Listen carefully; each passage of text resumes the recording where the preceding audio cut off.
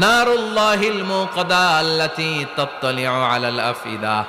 জাহান্নামের আগুন আল্লাহর আগুন, দুনিয়ার আগুন। আঙ্গুলে লাগলে আঙ্গুল জ্বলে, পায়ে লাগলে পা জ্বলে, পেটে লাগলে পেট জ্বলে, মাথায় লাগলে শুধু মাথা জ্বলে।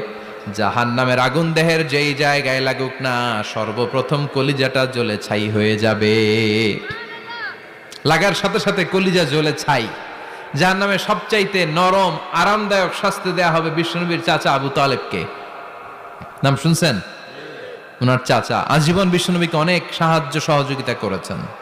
এই জন্য ওনার শাস্তিটা হবে জাহান্নামের সবচাইতে হালকা এবং পাতলা।